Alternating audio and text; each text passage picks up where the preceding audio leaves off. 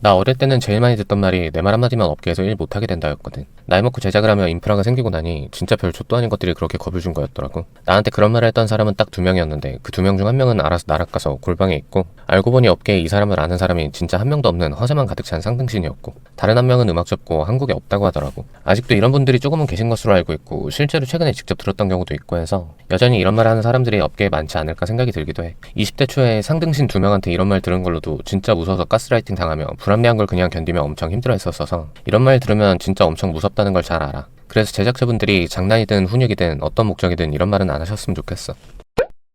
과거부터 내가 데뷔할 초까지는 이게 가능하기는 했던 시대기는 해. 음악을 내는 것도 한정적이고 음악을 홍보할 수 있는 플랫폼이 방송이 유일했으니까. 내 선배님들 시대는 더 했겠지. 내 기억으로 나 고등학교 때나 스트리밍 사이트가 활성화됐고, 그전엔 당연하듯 소리바다 불법 다운 말고는 음원을 공개하는 플랫폼 역시 오프라인 샵, 방송이 끝이었으니까. 방송 딱 한 군데인 플랫폼에 얘가 이런다더라 한마디만 일을 못하게 만드는 건 사실 쉬운 시대기도 하고, 사실 말을 하지 않아도 지레 겁먹고 섭외를 안 하는 경우도 있었기에 이런 말들이 위에서부터 내려온 것 같아. 근데 지금은 그런 말에 크게 쫄 필요가 없다고 생각하는 게, 플랫폼이 너무 많고 마켓이 너무 많아. 일 못하게 해준다는 사람들이 유튜브를 어떻게 막을 것이며 인스타를 어떻게 막고 틱톡을 어떻게 막을 거야. 음악도 국내 플랫폼인 멜론, 지니 등보단 유튜브 뮤직, 스포티파이의 사용자도 늘고 있고, 시장의 범위가 너무 넓고 고객이 선택을 할 수 있는 시대가 됐지. TV 몇 번 나온다고 인지도나 매출에 큰 영향을 끼치지 않고, 페스티벌 못 나간다고 인지도나 매출에 큰 영향을 끼치지 않지. 또 예전보다 고객이 직접 선택하는 시대가 된 게, 100만 유튜버도 모르는 사람이 많기도 하고 1000만 틱토커도 난 난생 처음 보는 분들도 많아. 이분들 중엔 나한테 일 못하게 해주마 으름장을 놓던 상등심 회사들의 매출보다 매출이 더 많고, 일이나 사회에 대한 기여도 역시 높지. 이런 크고 다양한 시장을 막을 수 있는 업체는 없다고 생각해. 물론 적을 일부러 만들면서 시장 중 하나를 없앨 필요는 없다고 생각하지만,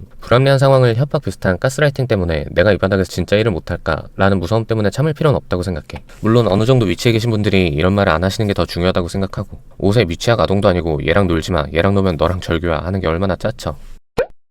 시장이 커진 대신 음악 하시는 분들이 이것저것 더 신경 써야 되는 부분이 많아진 건 역시 사실이야. 내 음악을 팔 곳이 유튜브인지 인스타인지 틱톡인지, 심지어 타깃이 국내가 아니고 해외도 있지. 한국을 좋아하는 나라가 늘었다 보니 다른 나라에 알리는 방법도 너무 다양해. 그만큼이나 정답이나 명확한 툴이 없으니 할 수 있는 건 다 시도해봐야 된다고 생각해. 제작자로는 부끄러운 말이지만 아직까지 정답을 못 찾은 느낌이기도 해. 그리고 나뿐만이 아닌 모든 제작자가 그러리라고 생각해. 그래서 회사가 있는 아티스트는 회사의 적극적인 소통과 도전이 필요하고, 새로운 도전을 많이 생각해봐야겠지. 그리고 레이블에 있는 아티스트분들 대다수 회사에 너무 큰 것을 기대하지 말고 본인이 연구해야 되는 시기이기도 해. 회사는 정답을 알고 있는 곳이 아니거든. 과거의 성공 사례들이 지금도 먹히는 시장이 아니고, 트렌드가 너무 확 바뀌고 있으니 아티스트분들 스스로가 할 수 있는 거는 전부 도전해보고 소통해보는 게 중요하다고 생각해. 매 영상에서 말하지만 음악을 직업 삼는다는, 음악을 해서 생존을 하겠다고, 이것은 결국 음악을 이용해 돈을 벌겠다인 거잖아. 그럼 우리는 모두 개인 사업자고, 개인 사업이 발전을 하면 직원을 고용하는 것처럼 레이블은 본인의 음악이라는 개인 사업에 필요한 직원과 자본이 필요한 거야. 그럼 본인이 하지 못하는 일과 본인의 일을 대신해줄 수 있는 회사여야 건강하게 음악을 할 수 있겠지?